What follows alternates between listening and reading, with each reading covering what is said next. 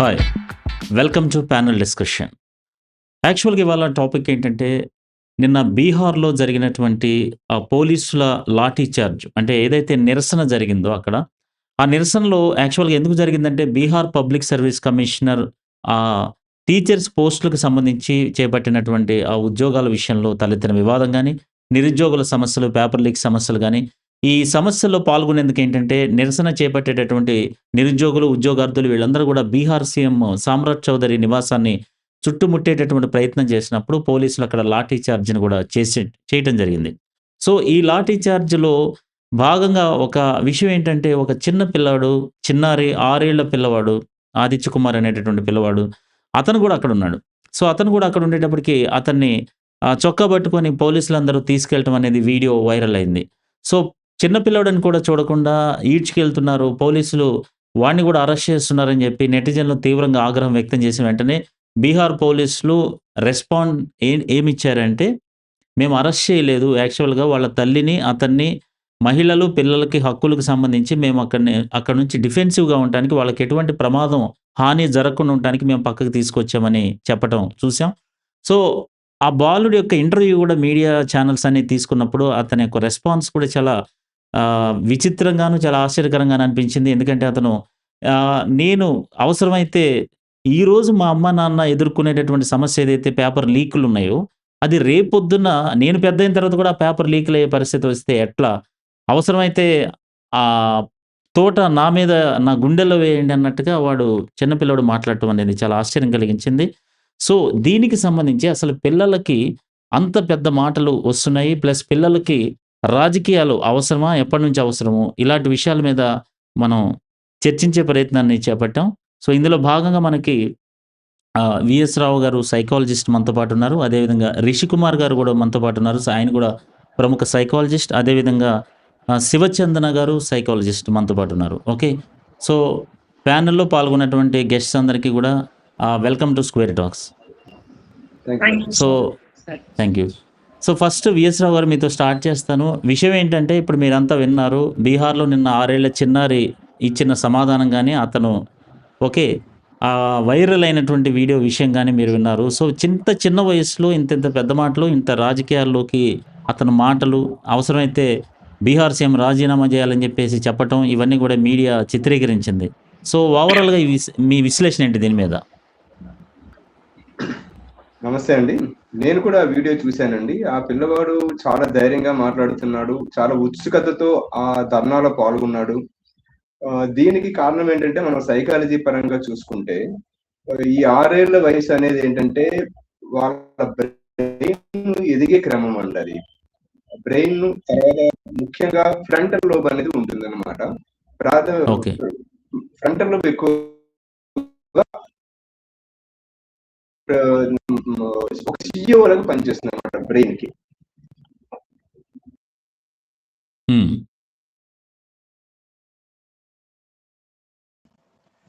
Okay. Hello! Sir వేరే call వచ్చిందండి. Cut చేశాను. ఓకే. ఓకే. రైట్. వేరే కాల్ వచ్చి కంటిన్యూ డిస్టర్బ్ చేయండి. అయిందండి. ఓకే. It's okay. అది ఒక సీఈఓలా పనిచేస్తున్నాను. ఓకే. ఫ్రంటల్ లోబ్ అనేది.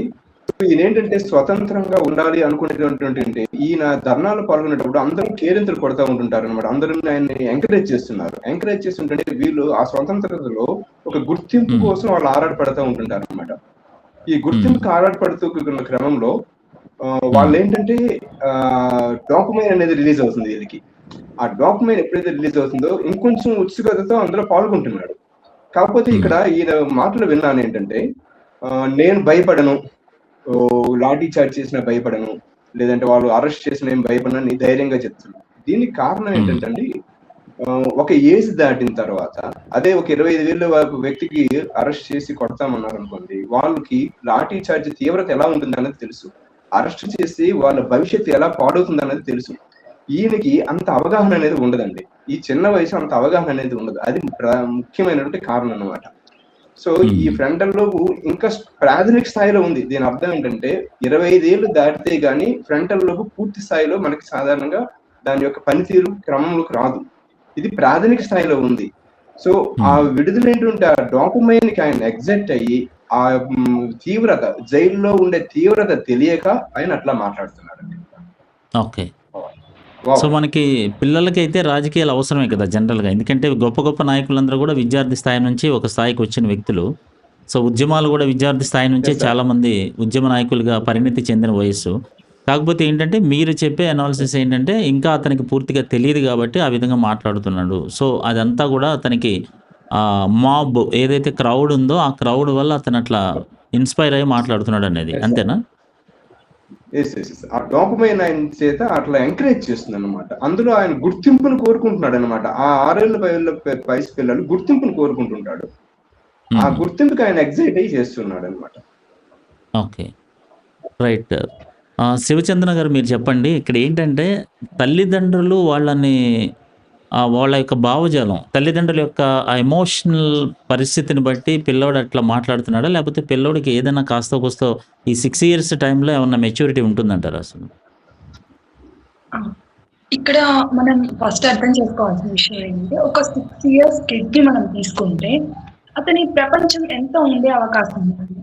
సహజంగా ఏంటంటే, ఒక 6 ఇయర్స్ కిడ్ తన ఫ్యామిలీ హ్మ్. ఇమ్మీడియేట్ ప్రపంచం అవుతుంది. దాని తర్వాత ఆ ఫ్యామిలీలో ఉండే డిస్కషన్స్ ఇప్పుడున్న కాంటెంపరరీ సొసైటీ అయితే ప్రస్తుతం వాళ్ళు ఎక్స్‌పోజ్ అవుతున్న టెక్నాలజీ కానివ్వండి, వాళ్ళు చూస్తున్న మీడియాలో చూస్తున్న విషయాలు కానివ్వండి, ఇవన్నీ వాళ్ళ సొసైటీ అవుతాయన్నమాట. హ్మ్. సహజంగా 6 ఏళ్ల పిల్లవాడికి ఎలా ఉంటుందంటే, వాళ్ళని వాళ్ళు కొంత ట్రై చేద్దామన్న ఇన్స్టెంట్ ఎక్కువ ఉంటుంది. అంటే నేనిక్కడ ఒక ఇనిషియేట్ తీసుకుంటే, నేనొక కొత్తది ట్రై చేస్తే ఎలా ఉంటుంది? నేనొక కొత్త ఎక్స్‌పెరిమెంట్ చేద్దాం అనుకుంటున్నాను. నేనిలా ఒక ఆలోచన వచ్చింది నాకు అన్నది ఎక్కువ ఉంటుందన్నమాట. ఇలా ఉండడం వల్ల ఏంటంటే, వాళ్ళు వాళ్ళ చుట్టూ ఉన్న విషయాన్ని అబ్జర్వ్ చేయడం ద్వారా కొంత అభిప్రాయాలనేవి ఇక్కడ ఈ ఏజ్‌లో పర్టిక్యులర్‌గా ఏర్పరుచుకుంటూ ఉంటారు.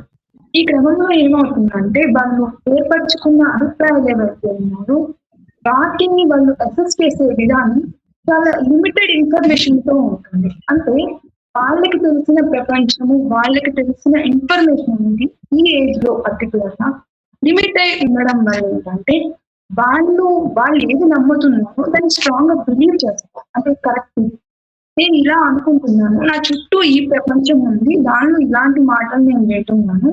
కాబట్టి ఇది ఇలా అయ్యే అవకాశం ఉంది అన్న ఒక స్ట్రాంగ్ ఫీలింగ్ ఉంటుందన్నమాట. ఎందుకంటే వాళ్ళు లిమిటెడ్ ఇన్ఫర్మేషన్‌ని మాత్రమే ఆ ఏజ్‌లో తీసుకోగలుగుతారు. దానివల్ల ఏంటంటే ఇక్కడ పేరెంట్స్ నుంచి కానీ లేకపోతే వాళ్ళకున్న టెక్నాలజీ ద్వారా వాళ్ళు తెలుసుకున్న ఇన్ఫర్మేషన్ కానీ దాని ఇంపాక్ట్ అనేది ఈ ఏజ్‌లో పిల్లల మీద ఎక్కువ ఉండడం వల్ల ఏంటంటే దాన్ని ఆ హ్మ్. టైంలో వాళ్ళు ఎక్కువగా నమ్మి, హ్మ్. దానికి తగ్గట్టుగా వాళ్ళ బిహేవియర్ అనేది చూపిస్తూ ఉంటారనమాట.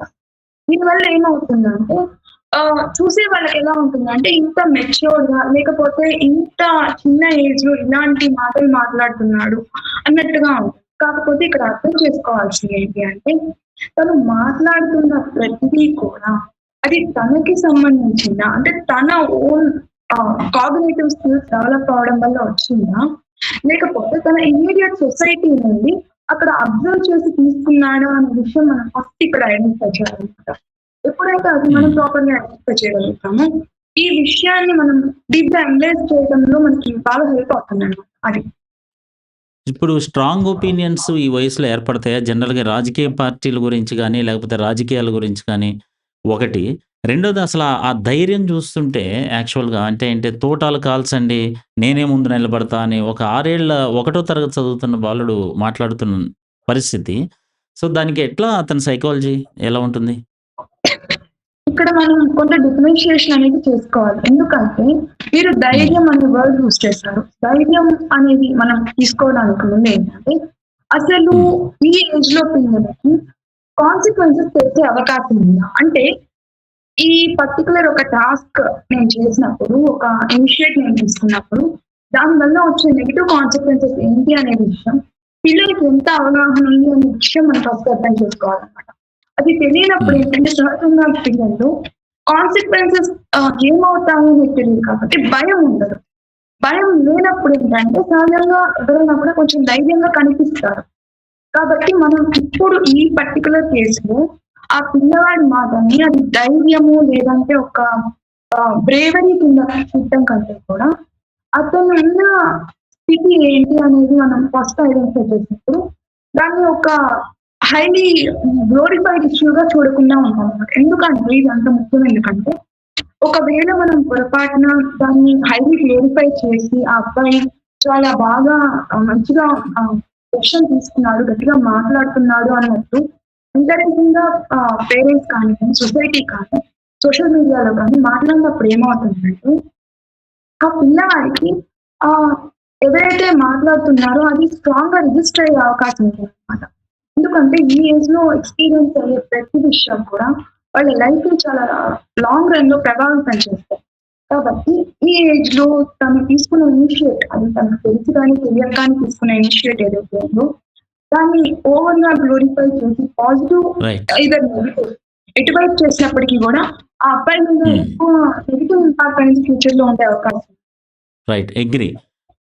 రిష్ కుమార్ గారు ఇంతకుముందు చెప్పినటువంటి అంటే ఎవరైతే విఎస్ రావు గారు గాని, లేకపోతే చందన గారు గాని చెప్పినట్టు యాక్చువల్‌గా బ్రెయిన్ అనేది సరైన డెవలప్‌మెంట్ ఇంకా డెవలపింగ్ స్టేజ్‌లో ఉంటుందనేది ఒక అభిప్రాయం అయితే, రెండోది ఓవర్ గ్లోరిఫై అనేది మీడియా చేయటం వల్ల అంటే పిల్లవాడు హీరోగా ఒక చిచ్చర పిడుగుగా తోట నా మీద మొట్టమొదట కాల్చండి అని చెప్పేసి వెళ్ళాడు అని చెప్పి మీడియా ఓవర్ గ్లోరిఫై చేసి అలా చేయటం వల్ల రాబోయే రోజుల్లో పిల్లవాడి మానసిక పరిస్థితి గాని, ఫ్యూచర్‌లో ఎలా ఉండబోతుందనేది కూడా ఒక పాయింట్ అనమాట. యాస్ ఎ సైకాలజిస్ట్‌గా మీరేం చెప్తారు రిష్ కుమార్ గారు? ఓకే. ఫస్ట్ ఆఫ్ ఆల్ మనం లాస్ట్ డేనే జరిగింది. నేను కూడా ఓకే. చూసాను. అంటే నాకు న్యూస్ చూడలేదు. సారు ఈ విషయం గురించి డిస్కషన్ ఉంటదన్నప్పుడు నేను చూసాను. ఓకే. అండ్ అక్కడ జరిగే సిట్యుయేషన్‌కి అక్కడ ఏదైతే పర్టిక్యులర్‌గా ఆ విషయం జరిగిందో దానికి ఆ అబ్బాయి రియాక్ట్ అయ్యే విధానం అంటే బుక్‌లో రాజ్యాంగం ఉంది. అందులో 80 పేజీలు చదివాను అని చెప్పడం. లేదంటే అని మీడియా చెప్పడం. అంటే మనం బీహార్‌లో లేము కాబట్టి మనకు వచ్చిన ఇన్ఫర్మేషన్ ప్రకారం మనకు తీసుకున్న ఇన్ఫర్మేషన్ ప్రకారం మనకు చెప్పింది. యాక్చువల్లీ వాళ్ళు అరెస్ట్ చేశారు అనేది మీడియా చెప్తుంది. కానీ యాక్చువల్లీ అరెస్ట్ చేయలేదు. హ్మ్. అరెస్ట్ వాళ్ళనే కాదు, ఈవెన్ దో పెద్దవాళ్ళనైనా సరే మనం అరెస్ట్ చేశాము అంటారు. కానీ మెజారిటీ ఈ ధర్నాల్లోని లేదంటే నిరాహార దీక్షల్లో ఎక్కువగా అరెస్ట్ చేయరు. నా ఒపీనియన్ ప్రకారం కూడా అరెస్ట్ డిస్కస్ చేసి ఉండకపోవచ్చు. జస్ట్ ఏంటంటే చేసి ఆ ఉండరు. పిల్లోడికి ఇబ్బంది కాకుండా ఉండటానికి పక్కకు తీసుకెళ్ళి ఉండొచ్చు వాళ్ళ అనేది నేను కూడా ఇప్పుడు అనుకుంటున్నాను. పిల్లల కాంటెక్స్ట్ లో ఆలోచిస్తే ఒకటనిపిస్తది. మీడియా కాంటెక్స్ట్ లో ఆలోచిస్తే ఒకటనిపిస్తది. పోలీసుల కాంటెక్స్ట్ లో ఓకే. ఆలోచిస్తే ఒకటనిపిస్తది. సో ఈ ఓకే. విధంగా అదే పిల్లవాడు చనిపోయారు అనుకోండి, న్యూస్ వేరేలా ఉంటుంది. ఏదో సిచ్యువేషన్ కి అక్కడ తొక్కిసలాటలో చనిపోయాడు అనుకోండి, న్యూస్ హ్మ్. వేరేలా ఉంటుంది. ఇలా అవును. ఇంత చిన్న పిల్లవాడిని పట్టించుకోకపోవడం ఏంటి, ఇదే పోలీసులు ఏం చేస్తున్నారు అనేది అదే మీడియా మళ్ళీ పోలీసుల వైపు మాట్లాడుతుంది. ఇప్పుడు ఏదైతే అవును కదా! పోలీసులు అవును. చేసే హీనమైన స్థితి, పోలీసులు ఏంటి చిన్న పిల్లవాడిని అలా ఇలా చేస్తున్నారు అలా చేస్తున్నారని ఏదైతే అంటున్నారో అదే విషయం కూడా ఇలా జరిగితే ఈ విధంగా మాట్లాడే అవకాశం కూడా ఉంటుంది. సో అవునవును. సంజయ్ థియేటర్ దగ్గర ప్రతి పిల్లోడి సిచ్యువేషన్ ని మనం విషయం కూడా ఉమ్, అవును. అవును. అలా కరెక్ట్. కూడా ఉంటుంది. ఎందుకంటే చిన్న పిల్లవాడు, వాళ్ళందరూ పెద్దవాళ్ళు. ఈ తొక్కిసలాటలో డెఫినెట్ గా అలా జరిగే అవకాశం కూడా ఉంటుంది. కాబట్టి పోలీసులు హ్మ్. చేసేది అందులో 1% కూడా రాంగ్ లేదు. ఓకే. మానసిక స్థితి ఏ విధంగా మారుతుందంటే ఈ స్టేజ్ లో అతనికి పడిన అంటే బుక్ చదివి నేర్చుకున్నారా లేదంటే చుట్టూ ఉండే ప్రభావం నేర్చుకున్నారా అనేది అవన్నీ అబ్జర్వ్ చేస్తూ పక్కన పెడితే ఈ హ్మ్. వయసులో ఇంత దారుణంగా అంటే ఒక 6 years పిల్లవాడికి రాజకీయం గురించి అంటే నాకు హ్మ్. తూటాలు కాల్చినా పర్వాలేదు, హ్మ్. నేను చావు కూడా ఎదురు వెళ్తాను, ఎలాంటి పోరాటమైనా చేస్తాను, పిఎం కూడా నేను ఎదిరిస్తాను, సీఎం ఎదిరిస్తాను, ఈ లెవెల్ ఆఫ్ వర్డ్స్ అతను వాడుతున్నారంటే ఫ్యూచర్ లో విపరీతమైన మానసిక ఒత్తిడి ఉంటుంది. ఓకే. ఎందుకంటే ఈ లెవెల్ ఆఫ్ సక్సెస్ అనేది చిన్న వయసులో అతను పెద్ద సక్సెస్ గా ఫీల్ అవుతారు. ఇంత దాన్ని మీడియా ఎంత కవర్ చేస్తుంది, లేదంటే వాళ్ళ చుట్టూ ఉండే పేరెంట్స్ అలాగే చూస్తారు, చుట్ట వాళ్ళందరూ కూడా అలాగే చూస్తారు, మీడియా ఓపెన్ చేస్తే అతనికి అలాగే కనిపిస్తారు. ఇంత దీన్ని ఫ్యూచర్ లో ఫర్ ఎగ్జాంపుల్ అతని ఫ్యూచర్ లో రాజకీయ నాయకుడు అయినా సరే ఇంకా ఎక్కువ స్ట్రెస్ ఉంటది. హ్మ్. ఎందుకంటే అతన్ని ఈ లెవెల్ ఆఫ్ ఇమేజ్ ఏదైతే పడిందో, ఇంత పాజిటివ్ గా ఈ మీడియా చూపించినా, ఇంత గొప్పగా అతను చూపించినప్పుడు దాన్ని హ్యాండిల్ చేయడం కష్టం అవుతుంది. అతను ఎక్కడి నుంచి వచ్చింది మెజారిటీ? ఆ చుట్టూ ఉండే ప్రభావం నుంచి, చుట్టూ ఉండే వాళ్ళందరూ ఏ విధంగా మాట్లాడుతున్నారు, వాళ్ళ పేరెంట్స్ యొక్క కొంత ప్రభావం ఉండొచ్చు, మిగతా వాళ్ళ ప్రభావం ఉండొచ్చు, ఇవన్నీ కూడా అతని మీద పడే అవకాశం ఉంటది. కాబట్టి డెఫినెట్ గా ఆ ప్రభావం ఉంటది. రాజ్యాంగం చదివి, రాజ్యాంగం ఫస్ట్ ఆఫ్ ఆల్ రాజ్యాంగాన్ని మనం అర్థం చేసుకుంటే, రాజ్యాంగంలో ఇలా ధర్నాలు చేయండి, తూటాలు కాల్చినా పర్వాలేదు, లేదంటే ఇలా ఎదురెళ్తా, పిఎంకి ఎదురెళ్తా, సీఎంకి ఎదురెళ్తా అనేది రాజ్యాంగంలో ఎక్కడ ఉండదు. ఫస్ట్ ఆఫ్ ఆల్ క్లియర్ గా అక్కడ ఏం చెప్తుంది, రాజ్యాంగం యొక్క పర్పస్ ముందు భారతదేశం యొక్క ఎలా ఉంటుంది, దాని పర్పస్ ఏంటి, అందులో ఉండే రాజకీయాలు ఏంటి, హక్కులు ఏంటి, పౌరుల హక్కులు ఏంటి, వాటి మీద ఏ విధంగా పోరాడాలి, వాటి యొక్క లిమిటేషన్స్ ఏంటి, ఇవన్నీ కూడా రాజ్యాంగంలో ఉంటాయి. అంటే ఇష్యూ ఏంటంటే ఆ చిన్నారి ఏమంటున్నాడంటే, యాక్చువల్గా మా టీచర్స్ టైంకి రావట్లేదు, మా దగ్గర ఫెసిలిటీస్ సరిగా లేవు, టాయిలెట్స్ సరిగా లేవు అనే ఇష్యూని కూడా బేస్ చేసుకొని కూడా మాట్లాడాడు అనమాట. సో విద్యార్థుల్లో అలాంటి ఇష్యూ బేస్డ్ విషయం కూడా అవగాహన అయితే ఉండాల్సిందే కదా మనకి జనరల్లీ. డెఫినెట్ గా ఉండాలి. దానికి ఏ విధంగా కమ్యూనికేట్ చేయాలి అనేది కూడా ఉంటది. ఎందుకంటే వాళ్ళకి మెజారిటీ పర్సన్స్ పట్టించుకోరు. ఇప్పుడు కొన్ని ఇప్పుడు అంటే ఆంధ్రప్రదేశ్ లో కొంతవరకు స్కూల్స్ చాలా వరకు చాలా బెటర్ గా ఇదయింది, కానీ పర్లేదు. కొన్ని బీహార్ లాంటి వాటిల్లో కొంచెం ఎడ్యుకేషన్ సిస్టమ్ అనేది మిగతా రాష్ట్రాలతో పోలిస్తే చాలా తక్కువ ఉంటుంది. మిగతా రాష్ట్రాలతో పోలిస్తే తక్కువ ఉంటది. కాబట్టి అక్కడ ఎడ్యుకేషన్ అంతగా అంత ఎక్కువ పట్టించుకునే ఛాన్సెస్ కూడా తక్కువ ఉంటది. కాబట్టి దాని ప్రకారం అక్కడ కొంతమంది ఎడ్యుకేషన్ మీద ఇంట్రెస్ట్ ఉన్న కంప్లీట్ ఫెసిలిటీస్ అక్కడ దొరకవు. టీచర్స్ కూడా సరిగా వచ్చే అవకాశాలు కూడా చాలా తక్కువ ఉంటాయి. కొంతమంది రారు, కొంత టాయిలెట్స్ బాగోవు, కొన్ని స్కూల్స్ కి డోర్స్ కూడా ఉండవు, రూమ్స్ కి డోర్స్ ఉండవు, ఏ విధమైన ఫెసిలిటీస్ ఉండవు. కాబట్టి ఆ విధంగా కూడా అతను పోరాటంలో తప్పు లేదు. కానీ అతను వాడే వర్డ్స్ ఏవైతే ఉన్నాయో అది మాత్రం అతనికి వాడే విధానం కాదు. అతని యొక్క మేడం గారు చెప్పినట్టు అతని యొక్క కాగ్నిషన్ నుంచి వచ్చే వర్డ్స్ అయితే కాదు. ఓకే. సో విఎస్ రావు గారు, ఇక్కడ అతను వాడే వర్డ్స్ని చూస్తే కనుక అతను వాడాల్సిన విధానం కాదు, that's not the right communication అని ఇక్కడ అభిప్రాయం వ్యక్తం చేస్తున్నారు కనుక మనం ఎలా తీసుకోవచ్చు అతని ప్రవర్తనని? అంటే పేరెంట్స్ బాగా అతన్ని ప్రభావితం చేయటం వల్ల, అంటే పేరెంటింగ్ ఇష్యూ వల్ల ఇక్కడ ఇట్లా అతను మాట్లాడుతున్నాడు అనేది ఒకటి మనం అర్థం చేసుకోవచ్చు అంటారని.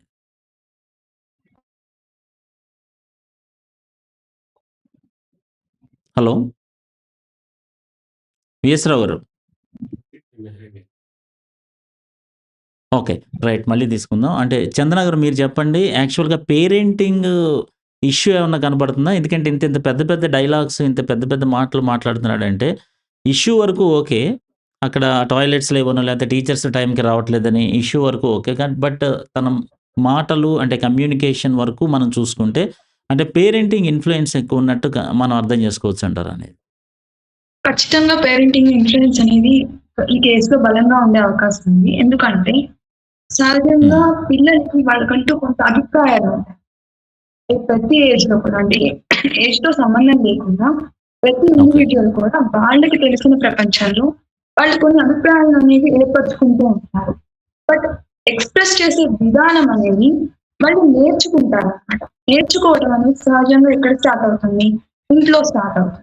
తర్వాత వాళ్ళు సిబ్లింగ్స్ దగ్గర అదే ప్రాక్టీస్ చేస్తుంటారు. స్కూల్కి వెళ్తే అక్కడ మెల్లగా కొత్త ఎలా కమ్యూనికేట్ చేయాలని తెలుస్తూ ఉంటుంది. ఈ క్రమంలో ఏమవుతుందంటే వాళ్ళు ఈ పర్టికులర్ కేసులో ఈ బాబుని కనుక తీసుకుంటే అతను కమ్యూనికేట్ చేసిన విధానం ఏదైతే ఉందో అది కొంత హార్ష్ వర్డింగ్ అనేది ఉంది. తన టర్మినాలజీ ఏదైతే ఉందో అది ఒక 6 years బాయ్ కి యాక్టెడ్ గా లేదన్నమాట. అంటే ఒక సహజంగా మనం ఒక 6-7 సంవత్సరాల పిల్లాన్ని తీసుకుంటే బయట వాళ్ళందరూ అలా మాట్లాడట్లేదు. ఇంకా వర్డింగ్ అనేది డిఫరెంట్ గా ఉండడం వల్ల ఒక స్పెషల్ ఫోకస్ అనేది అక్కడికి వెళ్ళింది. సో ఇలా మనం చూస్తున్నప్పుడు ఏంటంటే ఖచ్చితంగా ఇతని మీద పేరెంట్ ఇన్ఫ్లుయెన్స్ అనేది ఉంది. వాళ్ళు ఏం ఫీల్ అవుతున్నారు అండ్ దాంతో పాటు తన ఇమీడియట్ సొసైటీలో ఉన్న ఇన్‌ఫ్లుయెన్స్ ఏదైతే అంటే మీడియా ద్వారా కానీ, లేకపోతే ఏదైనా వేరే అదర్ ఛానెల్స్ ద్వారా కానీ, తను ఒక సైడ్‌కి సంబంధించిన ఇన్ఫర్మేషన్ ఏదైతే ఉందో, దానికి బలంగా ఎక్స్‌పోజ్ అయ్యాడు అనే విషయం ఇక్కడ మనకి క్లియర్‌గా కమ్యూనికేట్ అవుతుందన్నమాట. హ్మ్. ఎందుకంటే ఒక విషయం నచ్చనప్పుడు తను నచ్చని పాయింట్ చెప్పడం వేరు. దాన్ని కమ్యూనికేట్ చేసే ప్రాసెస్‌లో తను ఈ పర్టిక్యులర్ కేస్‌లో ఆ అబ్బాయి యూజ్ చేసిన టర్మినాలజీ ఏదైతే ఉందో అది డిఫరెంట్ అన్నమాట. సో, ఈ హ్మ్. యాస్పెక్ట్‌లో గనుక మనం తీసుకుంటే అతని మీద స్ట్రాంగ్‌గా పొలిటికల్ కానీ లేకపోతే హ్మ్. లింగ్విస్టిక్ రిలేటెడ్ కానివ్వండి, ఒక స్ట్రాంగ్ వర్డింగ్స్ ఇలాంటి ఇన్‌ఫ్లుయెన్స్ అనేది చాలా ఎక్కువ ఉందన్న విషయం చాలా క్లియర్‌గా అర్థమవుతుంది. జనరల్‌గా ఇప్పుడు పిల్లలు ప్రశ్నలు అడగటం అనేది సహజం. ఏదన్నా వాళ్ళకి తెలియని విషయం అంటే జనరల్‌గా పేరెంట్స్‌ని అడిగి తెలుసుకుంటూ ఉంటారు. లేతే సొసైటీలో వాళ్ళకి సంబంధించిన రిలేషన్‌షిప్స్‌లో ఉన్నవాళ్ళు గానీ, లేకపోతే పెద్దల దగ్గర నుంచి కానీ, లేతే ఎక్కడో ఒక్కడి నుంచి ప్రశ్నలు అడుగుతారు. టీచర్స్‌నో ఎవరినో ఒకరిని ప్రశ్నలు అడుగుతారు. సో, ప్రశ్నలు అడగటం అనేది మనం డిస్కరేజ్ చేయము జనరల్లీ. కాపోతే మనకు అవును. టైం లేనప్పుడు ఆ పిల్లల్ని విసుక్కోవటము తల్లిదండ్రులు చేస్తూ ఉంటారు జనరల్‌గా. సో, ప్రశ్నించే తత్వం అనేది చిన్న వయసు నుంచే మనం ఎంకరేజ్ చేయాల్సిన అవసరం అయితే ఉంది గదా! జనరల్‌గా.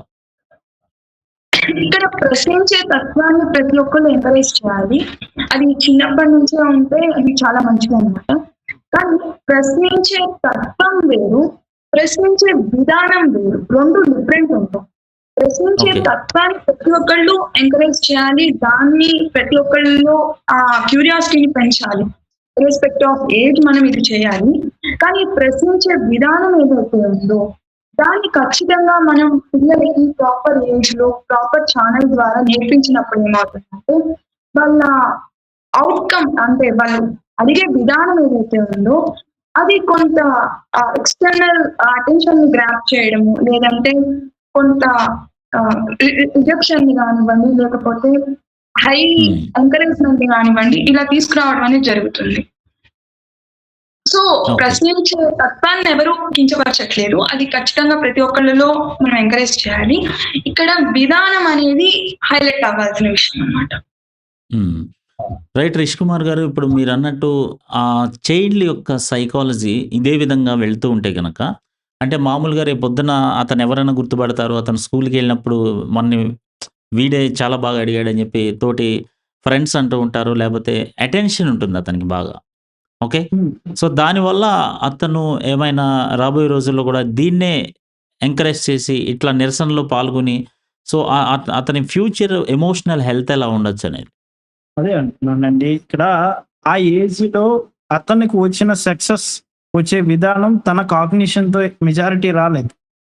ఏదో హ్మ్. ప్రభావంతో ట్రయల్ అండ్ ఎర్రర్ మెథడ్‌లో అతను వాళ్ళ చుట్టూ ఉండే వాళ్ళని చూసి ఏ హ్మ్. ఒక బోర్డ్ పక్కన పట్టుకొనొచ్చి నన్ను ప్రశ్నలు వేశారు, చక్కగా మాట్లాడారు ఓకే. కానీ అది ఒక్కటే సరిపోదు కదా! పాలిటిక్స్ అనేది ఒకటే కాదు కదా! చాలా హ్మ్. డెప్త్ ఆఫ్ నాలెడ్జ్ తెలియాలి, సిట్యుయేషన్ తెలియాలి, అప్లికేషన్స్ తెలియాలి. ఇవన్నీ కూడా కొన్ని ఇయర్స్ పడతది అవన్నీ నేర్చుకోవడానికి. ఇవన్నీ హ్మ్. నేర్చుకోకుండా డైరెక్ట్‌గా మనం ఇందులో దిగిపోయినప్పుడు ఇవన్నీ ఎదురవుతాయి. ఫ్యూచర్‌లో ఎదురవుతాయి. హ్మ్. సిట్యుయేషన్స్ అన్నీ ఎదురైనప్పుడు అతను హ్యాండిల్ చేయడంలో కష్టమవుతుంది. కష్టమైనప్పుడు హ్మ్. ఏమవుతుందంటే ఒక్కసారిగా డిప్రెషన్‌లోకి వెళ్ళిపోవడం, విపరీతమైన యాంగ్జైటీ ఫీల్ అవ్వడం లాంటివి కూడా ఉంటాయి. ఎందుకంటే అంటే తక్కువ జనరల్లీ వయసులో ఇప్పుడు 6 సంవత్సరాల పిల్లోడు, ఒకటో తరగతికెళ్ళే పిల్లోడు అంతమంది మీడియాని, అంతమంది జనాలను చూస్తే జనరల్‌గా జంకుతారు, లేపోతే భయపడతారు. కానీ అతను అంత ధైర్యంగా మాట్లాడటం వెనకాల ఉన్న అవును. ఏంటి మీరు ఆ అతని ఉత్సాహం వీడియో ఏంటి? మాట్లాడేటప్పుడు ఆ వీడియోలు చూడండి. ఆ వీడియో ఓకే. చూసేటప్పుడు అతను మాట్లాడుతుంటే పక్కనుండే వాళ్ళందరూ చక్కగా చప్పట్లు కొడుతున్నారు. వాళ్ళ అమ్మ హ్మ్. కూడా మీరు చూస్తే క్లియర్‌గా వాళ్ళ అమ్మ కూడా చక్కగా నవ్వుతుంది. ఈవెన్ దో హ్మ్. పోలీసులు కూడా నవ్వుతున్నారు. హ్మ్. పోలీసులు కూడా దాన్ని సీరియస్‌గా తీసుకోవట్లేదు. అంటే తను ఓకే. అక్కడ ఆ విషయాన్ని ఎంత ఎంజాయ్ చేస్తున్నాడో ఆ విషయాన్ని కూడా చూడండి. సీరియస్‌గా అతను ప్రశ్నించినప్పటికీ తను చాలా ప్రౌడ్‌గా ఫీల్ అవుతుంది. హ్మ్. దాన్ని అలానే కంటిన్యూ చేస్తూ ఉంటారు కాబట్టి ఫ్యూచర్‌లో ఇదంతా ఇట్లానే చూస్తున్నప్పుడు దీన్నే తన లైఫ్ అనుకునేటప్పుడు ఖచ్చితంగా మానసికంగా ఒత్తిడి అనేది ఉంటుంది. ఓకే. ఇదే విఎస్‌రావు గారు లైఫ్ వాయిస్ వినిపిస్తుందా మీకు? ఆ! రైట్. అదే నేనేమంటున్నానంటే చైల్డ్‌కి ఈ వయస్సులో ఒపీనియన్ ఎక్స్‌ప్రెస్ చేసే హక్కయితే ఉంటుంది గదా! జనరల్లీ. రైట్. కాకపోతే సార్ ఇక్కడ ఏంటంటే వన్ థింగ్ ఏంటంటే చెప్పండి. Doing right things at wrong places అండి. Okay. Doing right things at wrong places. ఇప్పుడు అతను స్కూల్లో సౌకర్యాలు సరిగ్గా లేవు అని కంప్లైంట్ చేస్తున్నాడు. దీనికోసం కూడా రోడ్డు మీదకి వచ్చి అందరితో కలిసి నినాదాలు చేయాల్సిన అవసరం లేదు. స్కూల్లో కూడా టీచింగ్ లో హైరార్చీ ఉంటుంది. ఇక్కడ మనకైతే మన ఎంఈఓ, డిఈఓ అలాగే చివరిగా కలెక్టర్ ఇలా ఉంటారన్నమాట. ఇంత చిన్న పిల్లవాడు హైరార్చీకి డైరెక్ట్ గా కూడా వెళ్ళి ఒక రిటర్న్ గా కంప్లైంట్ కూడా ఇచ్చి చూపించవచ్చు. అంటే doing right things at wrong place అంటే రైట్ థింగ్ చేస్తున్నాడు కానీ రాంగ్ ప్లేస్ లో చేస్తున్నాడు అనమాట. అది ఎందుకు చేస్తున్నాడు అంటే అందరూ ఇప్పుడు రిషికుమార్ గారు చెప్పినట్లు అక్కడ అందరూ ఎంకరేజ్ చేస్తున్నారు. ఆయన చేసిన దాన్ని ఎవరు కూడా ఆపట్లేదు అనమాట. ఈవెన్ తల్లిదండ్రులు కూడా దాన్ని తప్పు అని చెప్పట్లేదు అనమాట. వాళ్ళు ఎంకరేజ్ చేస్తున్న కారణంగా ఆయన ఏం చేస్తున్నాడంటే అది ఏదో ఒక ప్రౌడ్ గా ఫీల్ అయ్యి అతను నేను ఏదో ఒక ఒలింపిక్ అవార్డు తెస్తున్నాను లేదా ఒలింపిక్ గేమ్స్ ఆడుతున్నాను అన్నది గొప్పగా ఫీల్ అయ్యి దాన్ని ఇంకొంచెం ఎక్కువగా చేస్తున్నాడు అనమాట. సో ఎప్పుడైనా సరే right thing should be done at right place అనమాట, నాట్ ఎట్ రాంగ్ ప్లేస్. అంటే సరిగ్గా పిల్లల్ని పెంచటం తెలియట్లేదు అన్నట్టుగా వెళ్తుందా? అంటే పేరెంటింగ్ మిస్టేక్ ఉందని ఏమన్నా అనుకుంటున్నారు మీరు ఇక్కడ? అంటే నేను అనేది ఏంటంటే నిరసన కార్యక్రమాలకు అంత పెద్ద ఎత్తున నిరసన కార్యక్రమాలకు ఒక పిల్లాడిని తీసుకురావటం అనేటటువంటి పాయింట్ ఆఫ్ వ్యూలో నేను అడుగుతున్నా అన్నమాట. అంటే ఈ పేరెంట్స్ అనేది ఆ ఏజ్ పిల్లవాడిని తీసుకురావడం కూడా తప్పే సార్. అక్కడికి 6 years పిల్లవాడికి అక్కడ ఏం పని ఉంటుంది? అసలు పేరెంట్స్ కూడా అక్కడ ఏం పని ఉందో నాకు తెలియదు, నేను పూర్తిగా చూడలేదు వీడియో. అంటే పేరెంట్స్ అంటే జనరల్లీ వాళ్ళు ఈ పబ్లిక్ సర్వీస్ కమిషన్ కి సంబంధించిన ఒక ప్రిలిమ్స్ మెయిన్స్ ఇష్యూలో ఒక విధానాన్ని వ్యతిరేకిస్తూ వాళ్ళు వచ్చారు ధర్నా చేయడానికి పేరెంట్స్. దాంతో పాటుగా పిల్లల్ని తీసుకొచ్చారు అక్కడికి. అది అక్కడ ఇష్యూ. అంటే ఆ ఎగ్జామ్ రాసిన వాళ్ళు వీరు భాగస్తులు కాదు కదా.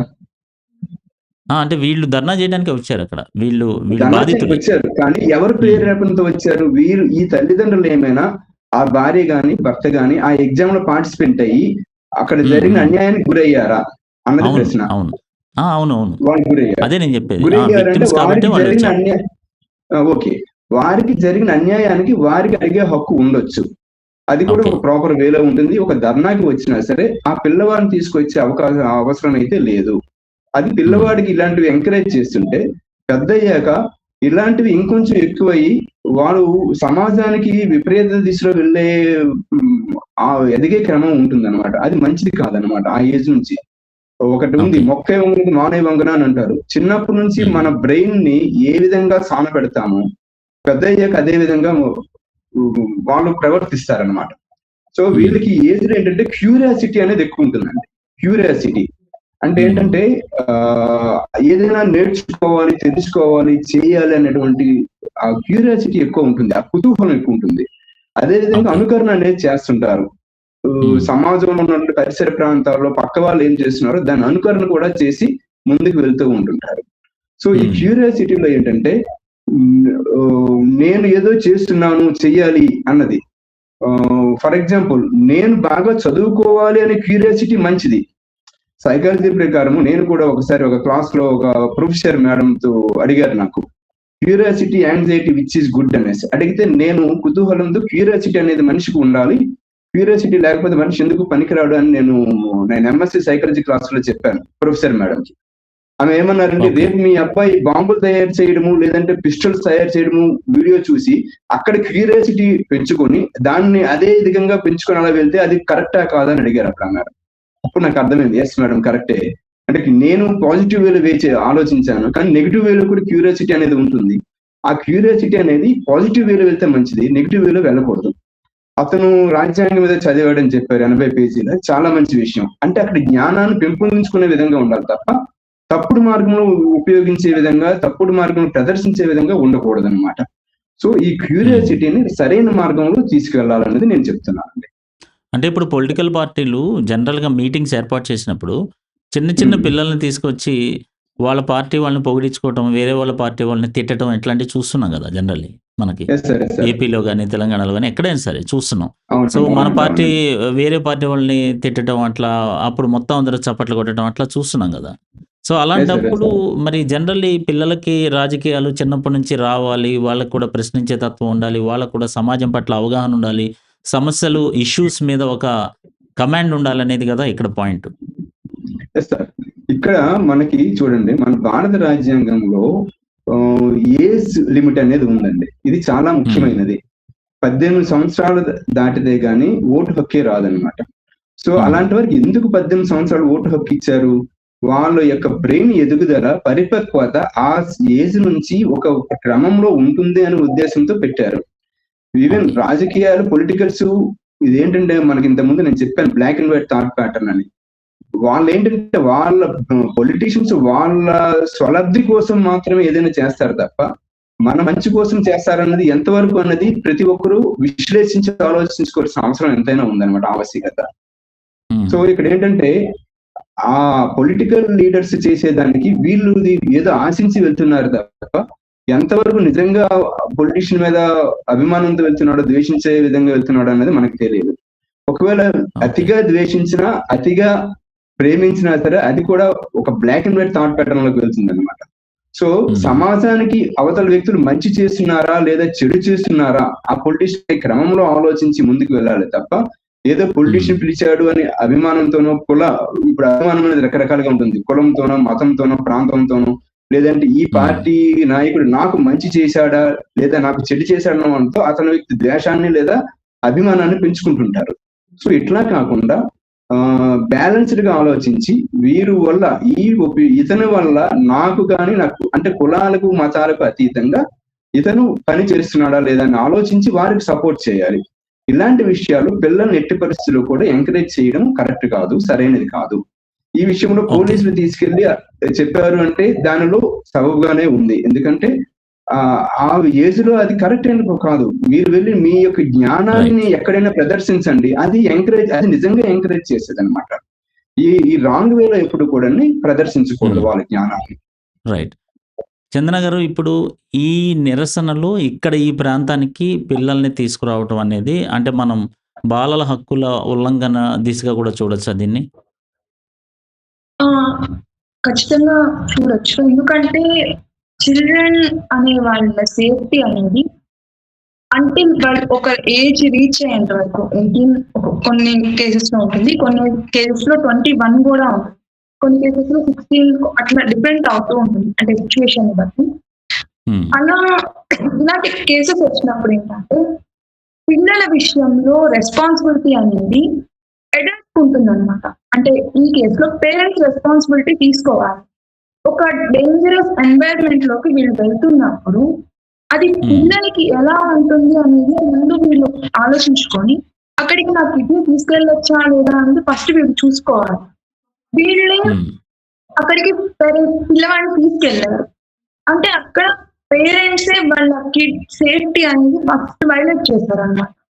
ఇలా ఒక వైలేటెడ్ అంటే వెళ్ళకూడని ఎన్వైరన్మెంట్ అంటే పిల్లల దృష్ట్యా వెళ్ళకూడని ఎన్వైరన్మెంట్ లోకి మనం పిల్లవాడిని తీసుకెళ్ళినప్పుడు అక్కడ అతను ఎదుర్కొనే సంఘటనలు కానివ్వండి, లేకపోతే అక్కడ అతను చూసిన విషయాలు కానివ్వండి, అతని మీద చాలా ఎక్కువగా ప్రభావితం చేస్తాయి. ఇప్పుడు బాగానే అక్కడ తను మాట్లాడారు, అక్కడ నుంచి పోలీసులు కేర్ తీసుకున్నారు, పక్కకు తీసుకెళ్లారు, బాగానే ఉంది. ఒకవేళ ఎవరు పట్టించుకోలేదు లేదా ఏదైనా ఇబ్బంది జరిగింది అప్పుడు ఎలా ఉండేది? కాబట్టి ఇక్కడ ఫస్ట్ పేరెంట్స్ నెగ్లిజెన్స్ అనేది కనిపిస్తూ ఉంది. దాంతో పాటు ఇక్కడ ఇంకొక విషయం ఏంటంటే పిల్లలకి సేఫ్టీతో పాటు కొన్ని రైట్స్ కూడా ఉంటాయి. అంటే అతనికి చెప్పే రైట్ ఉంది, కానీ అది సేఫ్ ఎన్వైరన్మెంట్ లో మాత్రమే అతను తన రైట్ ని యూజ్ చేసుకోవాల్సిన రెస్పాన్సిబిలిటీ కూడా ఉందన్నమాట. ఈ రెస్పాన్సిబిలిటీ పిల్లలు తీసుకునే విధంగా పేరెంట్స్ ఎప్పుడైతే ఇనిషియేట్ తీసుకోకుండా వాళ్ళు నెగ్లిజెన్స్ ని చూపించారో దానివల్ల ఇష్యూ అనేది పెద్దదవుతూ ఉంటుంది. మామూలుగా మనం యాక్చువల్గా మూవీస్లో చూసుకుంటూ ఉంటే కనుక హీరో పెద్దవాడుగా కంటే కూడా చిన్నవాడిగా స్టార్టింగ్ చూపిస్తారు, చాలా చిన్నవాడిగా చూపించినప్పుడు ఆ చిన్న వయసులోనే వాడు విలన్లు ఎదిరించి బాంబులు వేయటం ఇటువంటి పారిపోవటం చూసినప్పుడు మనం సినిమా థియేటర్లో మనం అంటే ఎక్కువ మంది సమాజం చప్పట్లు కొట్టి ఏళ్ళు వేసి విపరీతంగా సూపర్ హిట్ చేస్తున్నాం కదా. మరి అది నిజ జీవితంలో చూపిస్తే ఎందుకు యాక్సెప్ట్ చేయట్లేదు అనేది ఒక క్వశ్చన్. యాక్చువల్లీ మీరు మూవీస్ కాంటెక్స్ట్ మాట్లాడారు కాబట్టి అంటే మీరు హీరోయిజం లాగా మీరు దేన్ని ఫీల్ అంటే ఎక్స్ప్లెయిన్ చేశారో అది మనం లీగల్ కాంటెక్స్ట్ లో చూసుకున్నప్పుడు అది యాంటీ సోషల్ బిహేవియర్ అనమాట. అంటే మనం ఒక పద్ధతిగా వెళ్ళాల్సిన చోట మన అభిప్రాయాన్ని ఒక ఫార్మల్ వేలో ఆ, ఒక వ్యాలిడ్ ప్లాట్‌ఫార్మ్ లో మాట్లాడాల్సిన దగ్గర కాకుండా బయట వాళ్ళు సోషల్ డిస్టర్బెన్స్‌ని క్రియేట్ చేస్తూ చేసే బిహేవియర్ ఏదైతే ఉందో అది మూవీస్‌లో లేదా ఎక్కడైనా కూడా చూస్తున్నప్పటికీ కూడా అది లీగల్ పరంగా వచ్చినప్పుడు అదొక యాంటీ సోషల్ బిహేవియర్ అవుతుంది. సో, యాంటీ సోషల్ బిహేవియర్‌ని సొసైటీలో గ్లోరిఫై చేసి దాన్ని చాలా గొప్పతనంగా చూపిస్తున్నారు కాబట్టి దాన్ని సహజంగా ఎలా ఉంటుందంటే అలాంటి బిహేవియర్ మనం రియల్ లైఫ్‌లో చూసినప్పుడు అక్కడ యాక్సెప్టెన్స్ దొరికింది కదా అన్న ఒక వర్డింగ్ అనేది వస్తూ ఉంటుందన్నమాట. బట్ ఇక్కడ అర్థం చేసుకోవాల్సింది ఏంటంటే అది మూవీ మాత్రమే. ఇది రియల్ లైఫ్. రియల్ లైఫ్‌లో సొసైటీ ఉంటుంది, లా ఉంటుంది, లీగల్ ఓకే. రెస్పాన్సిబిలిటీస్ ఉంటాయి. రైట్స్‌తో పాటు మనం ఖచ్చితంగా మన రెస్పాన్సిబిలిటీ ఏంటో తెలుసుకొని దానికి లోబడే మనం ప్రవర్తించాలి తప్ప దాన్ని దాటి ప్రవర్తించినప్పుడు లా అనేది ఖచ్చితంగా ఎంటర్ అవుతుంది. దాని రోల్ అనేది ఖచ్చితంగా తను ప్లే చేస్తుంది. రియల్ లైఫ్‌కి, మూవీకి డిఫరెన్షియేషన్ అనేది ఖచ్చితంగా ఇక్కడ తెలుసుకోవాల్సిన అవసరం అయితే ఉంది. 2 రైట్. ఒకటి కాదనమాట.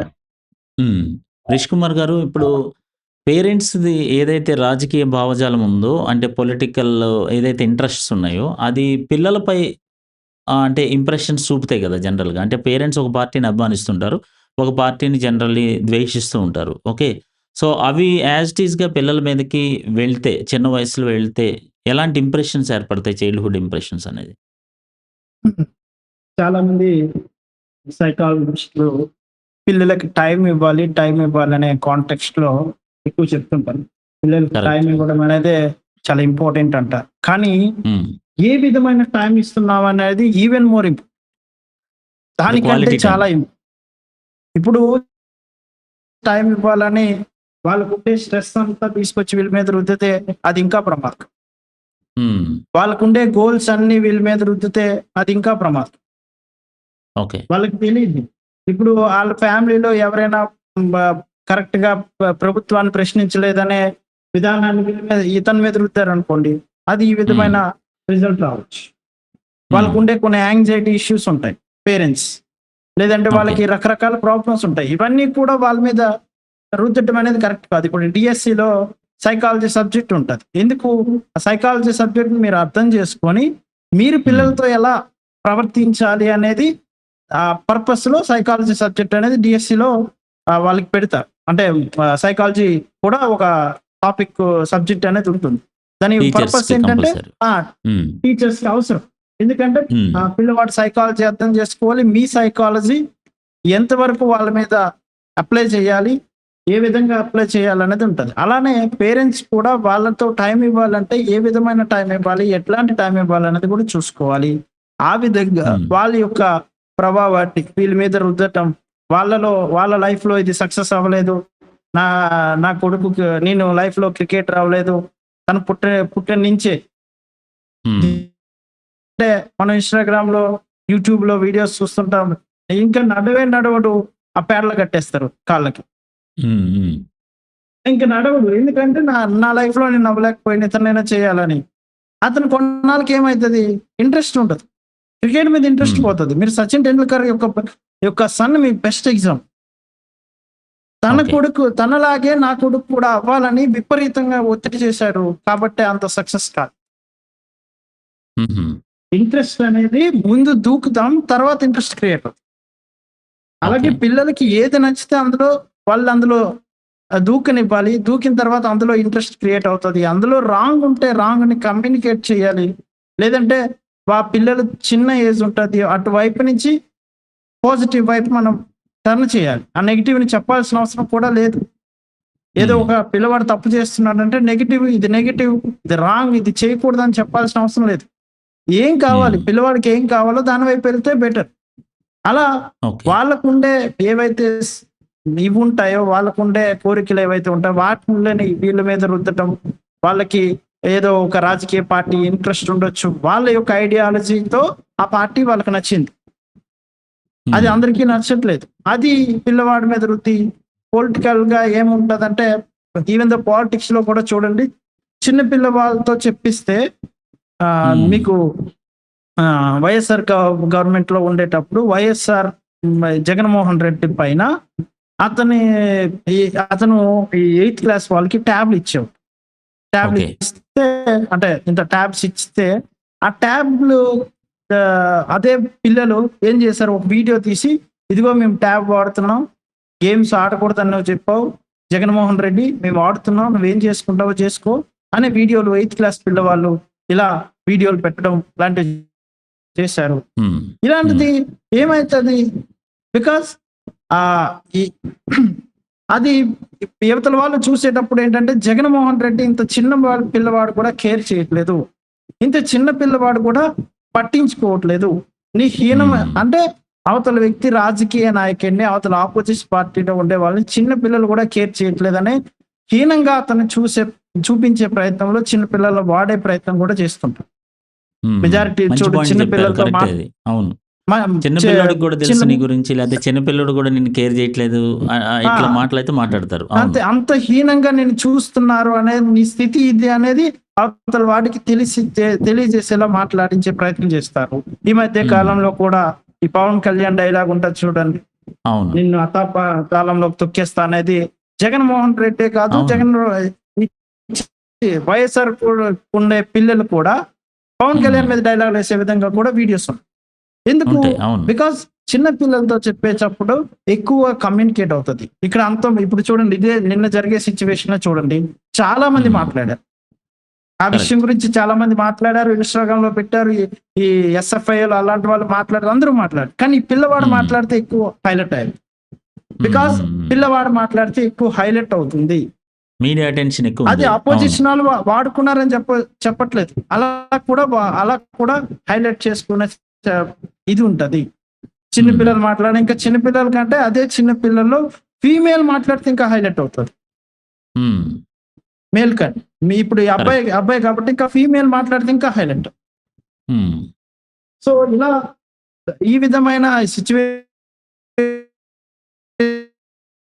కూడా ఉంటాయి కాబట్టి ఇలా తీసుకో. ఓకే. సో అంటే ఇప్పుడు పిల్లోడికి యాక్చువల్‌గా అతను చెప్పేది ఏంటంటే, ఇప్పుడు పేపర్ లీక్‌లు ఏదైతే జరుగుతున్నాయో కామన్ అయిపోతున్నాయి మన దేశంలో.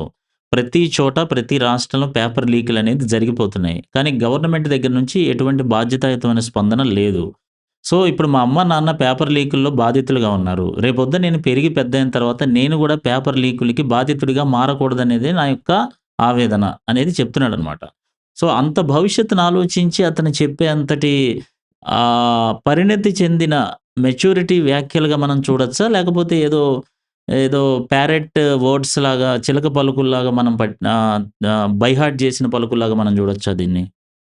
ఫస్ట్ ఆఫ్ ఆల్ అతనికి ఆ ఎగ్జామ్ గురించి, ఫ్యూచర్ గురించి మాట్లాడిన వర్డ్స్ కరెక్టే, అతను అడిగే విధానం కరెక్టే. కానీ ఏం ఎగ్జాము, ఎక్కడ ఫెయిల్ అయింది, నిజంగా ఫెయిల్ అయిందా లేదా, నిజంగా తప్పు ఉందా లేదా, తప్పు ఉండొచ్చేమో, కాదని అనట్లేదు, తప్పు ఉందా లేదా ఆ విషయాలు ఏం తెలియదు. వాళ్ళ పేరెంట్స్ కూడా ప్రభావంతో, ఇక్కడ 100% ప్రభావంతోనే జరిగింది, అతనికి తెలియదు. ఇప్పుడు అతను రాజ్యాంగం చదివిన విధానం అతనికి అర్థమైతే అతను ఆ విధంగా స్పందించాడు. ఫస్ట్ ఆఫ్ ఆల్ నేర్చుకుంటారు. ఇలాగే అతను ఫ్యూచర్ లో కూడా ఇలా ప్రశ్నించడంలో తప్పులేదు, ఇప్పుడు ప్రశ్నించే ప్రశ్న కూడా తప్పులేదు. సార్ అనేటట్టు అతను ప్లేస్ అది కాదు, ఆ వయసు కూడా కాదు, అతని ప్లేస్ అది కాదు. అతను ఆ విషయాన్ని వాడుకొని ఫ్యూచర్ లో దాన్ని ఇంకో విధంగా డెవలప్ చేసుకొని ఇంకా స్ట్రాంగ్ గా కూడా అతను ప్రశ్నించే హక్కు ఉంటది. కానీ ఈ వయసులో దాన్ని ఆ విధంగా కమ్యూనికేట్ చేసేలా, ప్రభావం చేసేలా, అసలు ఫస్ట్ ఆఫ్ ఆల్ ఆ ప్లేస్ కి అతను ఎలా వచ్చారు అనేది మెయిన్ క్వశ్చన్. పేరెంట్స్ తీసుకొచ్చారు, పేరెంట్స్ ఆ ప్లేస్ తీసుకురావాల్సిన అవసరం ఏముంది? అదేమైనా ఫంక్షన్ కాదు కదా, అదేమైనా ఫంక్షన్ కాదు. ఆ ప్లేస్ లో ఆ తొక్కేసలాట్లో అతను ఆ పిల్లవాడు చనిపోతాడు. ఆ ప్లేస్ అనేది అతనిది కాదు. అతను అడగొచ్చు, ఇంకోలాగా అడగొచ్చు, కాదని తప్ప నేను రాంగ్ అని అనట్లేదు. కానీ అతను అడిగే ప్లేస్ అది కాదు కాబట్టి కొంచెం దాని గురించి కూడా ఆలోచించుకోవాలి, మిగతా ఫ్యాక్టర్స్ కూడా చూసుకోవాలి, ఇవన్నీ కూడా మనం ఆలోచించుకోవాలి. కానీ అతను అడిగే ప్రశ్నలు చాలా వరకు కరెక్టే ఉన్నాయి, కానీ అవి ఎక్కడో ప్రభావం వచ్చే విధంగానే ఉన్నాయి. అంతకు మించిన క్వశ్చన్స్ అతను కూడా చెప్పట్లేదు. 2-3 సార్లు అడిగిన క్వశ్చన్స్ అవే రిపీట్ చేస్తున్నా. ఓకే. రైట్. విఎస్ రావు గారు, ఇక నేనడిగేది ఏంటంటే, పిల్లలకి రాజకీయాలు అసలు అవసరం లేదంటారా మీరు? అవసరమా? రాజకీయాలనేది పిల్లలకనేది అవసరం లేదండి. విద్య అనేది చాలా అవసరము. ఓకే. విద్యలో ఉన్నటువంటి విజ్ఞానాన్ని, జ్ఞానాన్ని తెలుసుకోవాలి తప్ప, హ్మ్. వాళ్ళకి రాజకీయాలనేది తెలుసుకోవాల్సిన ఏజ్ కాదది. చెప్పాలంటే ఆ ఓకే. ఏజ్ కాదది. ఆ హ్మ్. ఏజ్ వచ్చినప్పుడు వాళ్ళు ఆటోమేటిక్‌గా ఎదుగుతున్న క్రమంలో తెలుసుకుంటూ ఉంటుంటారు. అంటే అక్కడ రాజకీయాలు కూడా ఎప్పటి నుంచి అవసరం అని అంటారు మామూలుగా యాస్ ఎ సైకాలజిస్ట్‌లుగా మీరందరూ ఏ ఏజ్ నుంచి అయితే పర్టిక్యులర్‌గా రాజకీయాలకు సూట్ అవుతారని మీ ఫీలింగ్ ఇప్పుడు యాక్చువల్‌గా? సాధారణంగా ఎదుగుతున్న క్రమంలో అయితే చిన్నప్పటి నుంచిని ఇప్పుడు పిల్లలు రాజకీయాల పట్ల చాలా మక్కువ చూపిస్తున్నారు, తెలుసుకుంటున్నారు. జనరల్ నాలెడ్జ్ అనేది తెలుసుకోవడంలో అవసరంగా తప్పులేదు. యాక్చువల్. హ్మ్. తెలుసుకోవడంలో తప్పులేదు. కానీ దాని గురించి విమర్శలకు వైపు వెళ్లకుండా ఉండాలన్నమాట. ఇందాక నేను హ్మ్. చెప్పినట్లు రాజకీయ నాయకులకి మీద ఒక అభిప్రాయం వీళ్ళకి కలుగుతుందన్నమాట. తల్లిదండ్రుల నుంచి హ్మ్. గాని, సమాజం నుంచి గాని వీళ్ళకి కూడా ఒక అభిప్రాయం కలుగుతుంది. నేను కూడా ఒకప్పుడు 10థ్ క్లాస్ చదివినప్పుడు, ఇంటర్మీడియేట్ చదివినప్పుడు ఒక నాయకుడంటే నాకు చాలా ఇష్టం. ఒక నాయకుడంటే చాలా ద్వేషం ఉండేది. Okay. Because of any reason నాకది ఉండేది. నేను ఎదుగుతుంటూ తర్వాత డిగ్రీ, ఇంటర్మీడియేట్ చదివినప్పుడు కూడా అది అట్లానే ఉండేది. నేను ఎప్పుడైతే జాబ్ సెటిల్ అయిపోయి పరిస్థితులను గమనిస్తున్నానో హ్మ్. అప్పుడు నాకు అర్థమైంది. నేను రాంగ్‌గా ఓకే. ఆలోచిస్తున్నాను. తప్పుగా ఆలోచిస్తున్నాను. హ్మ్. ప్రత్యేకించి ఈ నాయకుడి మీద నేను అభిప్రాయం ఎవరైతే ద్వేషించానో అతను మంచి పనులు చేస్తున్నాడు. ఎవరైతే ఆహ్, ద్వే అభిమానిస్తున్నానో ఆయన మంచి పనులు చేయలేదు. అలానే మంచి పనులు చేసే వ్యక్తి అన్ని సందర్భాల్లో మంచి పనులు చేయడు. చెడు చేసేవాడు అన్ని హ్మ్. సందర్భాల్లో చెడు చేయడు. సో ఇదేంటంటే హ్మ్. 18 ఇయర్స్ తర్వాత వరకు కూడాని వాటి గురించి వాళ్ళు చర్చలోకి వెళ్ళకుండా జ్ఞానాన్ని హ్మ్. తెలుసుకోవడంలో తప్పులేదు. కులాలకి, ఓకే. మతాలకి, ఈ ప్రాంతాలకి అతీతంగా ఆలోచించే విధంగా వాళ్ళు ఎదగాలన్నమాట. ఈ హ్మ్. పిల్లలకి చిన్నవి 6 ఏళ్ల వయస్సు అంటే సాధారణంగా 7 ఇయర్స్ వరకు కూడా పిల్లలకి హ్మ్. కాన్సంట్రేషన్ లెవెల్స్ చాలా ఎక్కువగా ఉంటాయండి. హ్మ్. అంటే మనం చూడండి పిల్లలు మనం ఏమైనా మీరు ఇంట్లో పేరెంట్స్ మాట్లాడుకుంటుంటే వాళ్ళు ఎక్కడో ఆడుకుంటున్నట్లుంటారు. కానీ ఇమ్మీడియేట్‌గా ఓకే. మనం గ్రహించేస్తారు. మనం ఏం మాట్లాడుకుంటున్నాం అని గ్రహిస్తారు. తర్వాత ఎప్పుడో వాళ్ళు చెప్తున్నప్పుడు నీకు ఈ విషయం ఎలా తెలుసురా అని అంటాం. మనమే ఆశ్చర్యపోతుంటాం. హ్మ్. ఎందుకంటే హ్మ్. వాళ్ళ కాన్సంట్రేషన్ లెవెల్స్ అలా ఉంటాయి. అదే ఓకే. విధంగా ఏదైతే ఈ ఏజ్‌లో వాళ్ళు మన దగ్గర పరిసరాల నుంచి, తల్లిదండ్రుల నుంచి, స్కూల్‌లో పిల్లలు సహ స్టూడెంట్స్ ఫ్రెండ్స్ దగ్గర నుంచి టీచర్స్ నుంచి నేర్చుకుంటారో, వారి హ్మ్. సబ్‌కాన్షియస్ మైండ్‌లో పర్మనెంట్‌గా రిజిస్టర్ అయిపోతుందండి అది. హ్మ్. సబ్‌కాన్షియస్ పర్మనెంట్‌గా రిజిస్టర్ అవుతుందన్నమాట. ఏదైతే ఓకే. ఇది ఒక ఎగ్జాంపుల్ చెప్పొచ్చు. ఒక సీడీ తీసుకున్నామనుకోండి. ఒక బ్లాంక్ హ్మ్. సీడీలో ఒక మంచిని మనము రైట్ చేస్తే అది పర్మనెంట్‌గా మంచిగా ఉండిపోతుంది. ఒక చెడుని ఓకే. రైట్ చేస్తే ఆ చెడే పర్మనెంట్‌గా ఉండిపోతుందన్నమాట. సో, ఈ హ్మ్. పిల్లల వయసులో ఎప్పుడైనా సరే పేరెంట్స్ అవనియండి, టీచర్స్ అవనియండి, సమాజం నుంచి గాని హ్మ్. మంచి నేర్చుకునే విధంగా ఉండాలి తప్ప చెడు నేర్చుకునే విధంగా, లేదంటే ఎదుటి వ్యక్తి మీదకి దాడికి వెళ్ళే విధంగా, ఎదుటి హ్మ్. వారిని ఏదో నేను ప్రశ్నించి వాళ్ళతో నేను గెలిచానన్న విధంగా వెళ్ళే విధంగా ఉండకూడదనమాట. మీరు హ్మ్. ప్రశ్నించే విధానము సానుకూలంగా ఉండాలి. ఎదుటి వారికి ఐ ఓపెనింగ్‌గా ఉండాలనమాట. మనం హ్మ్. ప్రశ్నించే విధానం వాళ్ళకి ఐ ఓపెనింగ్‌గా ఉండాలే తప్ప, ఎదుటి వారిని హర్ట్ చేసే విధంగా, ఎదుటి వారిని ద్వేషించే విధంగా, దూషించే విధంగా ఉండకూడదనమాట. ప్రశ్నించే ఇప్పుడు మనం విధానం అన్నమాట. ప్రాక్టికల్‌గా ఒకసారి మాట్లాడుకుంటే జనరల్లీ గవర్నమెంట్స్ మామూలుగా ప్రశ్నిస్తే రెస్పాండ్ అవుతాయా జనరల్లీ? ప్రాక్టికల్లీ మాట్లాడుకుంటే యెస్. మామూలుగా మాట్లాడితే ఇప్పుడు జెన్ జీ ఉద్యమం వచ్చి ఒక ఊపు ఊపిన నేపథ్యంలో యెస్. యెస్. ఉత్తరప్రదేశ్ ఆయా ప్రాంతాల్లో కొంత జెన్ ఆల్ఫా 8థ్ క్లాస్ అనుకుంటా వాళ్ళు 8థ్ క్లాసు, 9థ్ క్లాస్ వాళ్ళు తరగతి గదుల్లో అసలు సరైన సౌకర్యాలు లేవని, మరుగుదొడ్లు లేవని, టాయిలెట్ లేవని, హాస్టల్ ఫెసిలిటీ బాగోలేదని చాలా విషయాలు.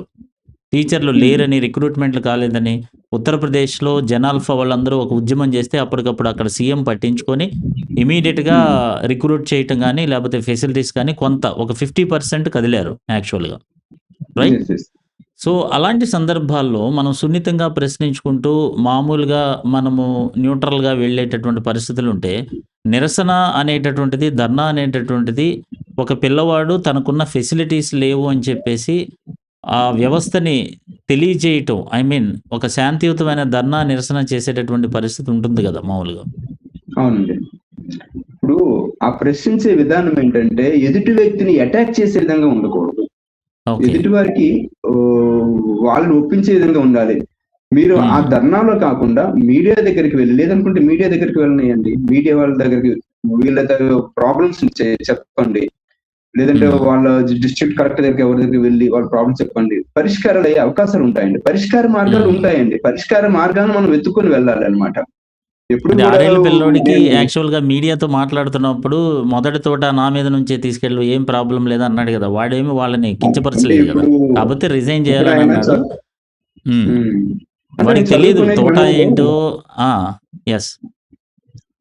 నాకు అర్థమైందండి. ఇప్పుడు ఈయన చదువుకునే క్రమంలో ఇప్పుడు మనకి అల్లూరి సీతారామరాజు గారు ఎలాగో అతన్ని భగత్ సింగ్ గురించో లేదనుకుంటే ఇంకా ఇలాంటి స్వాతంత్ర సమరయోధుల ఆ! గురించి చదివి బా విని ఇన్‌స్పైర్ ఉంటాడు. అయ్యి ఉంటాడు. హ్మ్. వాళ్ళని చూసి ఇన్స్పైర్ అయ్యాడు. నువ్వు నాకు తోట చూపించు అంటే ఎవరినో చూసి ఇన్స్పైర్ అయ్యాడు. ఆ ఇన్స్పైర్ అయ్యింది ఇక్కడ వేదికగా దొరికింది కాబట్టి ఇక్కడ ఆయన ప్రదర్శిస్తున్నాడు. ప్రదర్శిస్తున్నాడు. అలాంటివి అలాంటివి అందుకని స్వాతంత్ర అది అవగాహనతో ఇండిపెండెన్స్ కూడిన డేలో వ్యాఖ్యలు కాదు. హ్మ్. ఇప్పుడు ఆయన ఏంటంటే నువ్వేమైనా చేసుకోండి, మీరు నన్ను లాఠీలతో కొట్టినా నాకేం కాదు, మీరు హ్మ్. జైలు శిక్ష వేసినా నాకేం కాదు, నేను జైల్లో పండిట్ నెహ్రూ ఎవరు, నేను జైల్లో చదువుకొని గొప్పవారయ్యారు, నేను కూడా జైల్లో కూర్చొని చదువుకొని గొప్పవాడిని అవుతానని చెప్తున్నాడు అనమాట. కరెక్ట్. హ్మ్. అంటే హ్మ్. జైలు ఇప్పుడు ఒక 25 ఇయర్స్ దాటిన తర్వాత వాళ్ళకి పూర్తి అవగాహన ఉంది. లాఠీతో కొడితే ఎంత నొప్పి ఉంటుంది, ఎంత బాధాకరంగా ఉంటుంది. ఒకసారి జైలుకి వెళ్తే వాళ్ళ భవిష్యత్తు ఏ విధంగా నాశనం అవుతున్నదని పూర్తి అవగాహన ఉంటుందన్నమాట. ఆ ఏజ్ దాటిన ఓకే. వాళ్ళకి. వీళ్ళకి ఆ హ్మ్. అవగాహన ఉండదు. ఈ ఇన్స్పిరేషన్ మాత్రమే ఉంటుంది. ఎవరినైతే ఈ స్వాతంత్ర సమరయోధుల్ని చూసి ఇన్స్పైర్ అయ్యాడో, లేదనుకుంటే హ్మ్. సినిమాల్లో కూడా ఇప్పుడు మీరు ఇందాక చెప్పారు కదా సినిమాల గురించి. అవును. సినిమాల్లో అవును. ఇప్పుడు మహేష్ బాబు ఒక సినిమాలో చూస్తాడు. చుట్టూ 10 మంది పైల్వాన్లు వస్తాడు పెద్ద పెద్ద కండలతో. ఈయనేమో హ్మ్. సన్నగా ఉంటాడు, సైకిల్ మీద వెళ్తుంటాడు. ఒక్కడు కొడితే వాడు ఎగిరి పడతాడనమాట. అంటే ఓకే. అది నిజం కాదు. అది వాస్తవం కాదు అన్నది మనం గ్రహించాలి. ఇప్పుడు హ్మ్. మహేష్ బాబు గారని బయటనే సరే ఆయన వాస్తవంలో అది సినిమా నటన కాబట్టి నటనలోకి వెళ్ళాడు. నేను మహేష్ హ్మ్. బాబు ఇలా కొడితే వెళ్ళిపోయాడు. నేను ఈడు కొడితే వీడు వెళ్ళిపోతాడు, ఈడు కొడితే ఉంటాడా వాడి చెయ్యి ఇరుగుతుందనమాట. హ్మ్. సో ఈ విధంగా సినిమాలను చూసి ప్రభావితం అవ్వడం అంటే ఇప్పుడు అనేది సరైన పిల్లోడిని పద్ధతి నిజమైన కాదు. హీరోగా చెప్తున్నారు చాలామంది. పిల్లవాడు హ్మ్. అద్భుతమైనటువంటి ఏమంటారు నిజం మాట్లాడాడు, వ్యవస్థను ప్రశ్నించగలిగాడు అనేటటువంటి విధంగా హ్మ్. పోర్ట్రేట్ చేస్తున్నారు ఎక్కువ శాతం. అవునండి. దీనంతటికి కారణం అంటే చుట్టుపక్కల వాళ్ళు దాన్ని ప్రోత్సహిస్తున్నారు. ఈడు ఏం మాట్లాడినా, ఎంత మాట్లాడినా ప్రోత్సహిస్తున్నాడు. ఆయన అడిగేది కరెక్టే అయ్యి ఉండొచ్చు. కానీ అది హ్మ్. సరైన వేదిక కాదు అనేది మనం చెప్పేదన్నమాట. రైట్. రైట్. శివచంద్రన్ గారు ఫైనల్లీ మనకి పిల్లల్లో చిన్నప్పటి నుంచే ఈ విధమైనటువంటి ప్రశ్నించే తత్వం ఏంటంటే వ్యవస్థలో ఉన్న అవినీతి కావచ్చు, వ్యవస్థల్లో కదలిక లేకపోవడం కావచ్చు, ఇదంతా ప్రశ్నించే తత్వం చిన్న వయసు నుంచి డెవలప్ కావాలా? లేదంటే బాగా పెద్ద అయిన తర్వాత ప్రశ్నించాలా అనేది ప్రశ్న.